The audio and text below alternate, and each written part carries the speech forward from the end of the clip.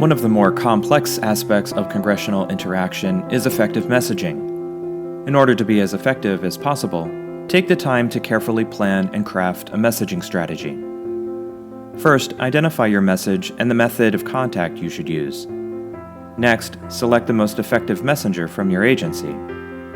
Finally, use every resource at your disposal, including NCAF, to design your message in a manner that will create maximum impact.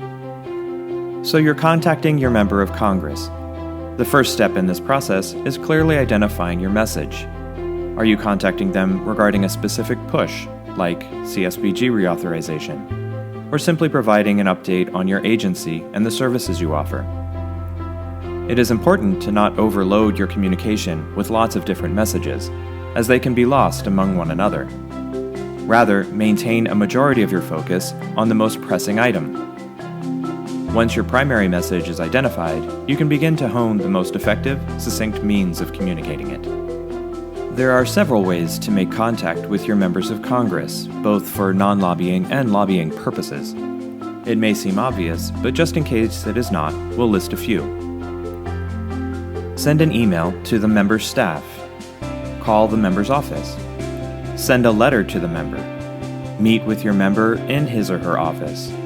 Attend a Congress in Your Corner or a town hall event. Invite your member to visit your agency or participate in an agency event. Tweet. Write a letter to the editor mentioning your members. At the end of the day, we want bipartisan support for what we're doing, and there are millions of advocates for thousands of causes. We are the only ones entrusted with the future of community action. Communications to members should be thoughtful, deliberate, and considerate. For example, tweeting at your members or mentioning them in letters to the editor is a very public action and should be as positive as possible, like thanking them for ongoing support. Voicing public disapproval, while perhaps cathartic, might set your relationship with the member back. Make no mistake about it. Your member will remember what you tweet or write about him or her, be it positive or negative. The most persuasive messenger in lobbying-based activities will not have a personal stake in the survival of the agency, such as employment. Good messengers may be board members, partners, business leaders, and locally elected officials. The best messenger also depends on the audience. If someone on your board has a personal relationship with a member of Congress, they may be the best messenger, particularly in a face-to-face meeting, as there is already an established familiarity and trust. If you have a community partner, particularly in the private sector, that is willing to visibly advocate for the agency, having them present at an agency tour, write a letter to the editor, or provide a letter of support when you meet with your member can go a very long way. It's about showing the wide range of support that community action has throughout every segment of the community.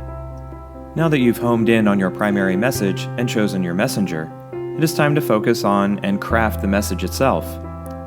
By just following a few tips, your congressional messaging can be even more effective than it already is. When talking with a member or their staff, try when possible to speak about people served in a relatable way. When we use terms to describe people that are unrelatable to the audience, unconsciously the listener's brain turns the information down.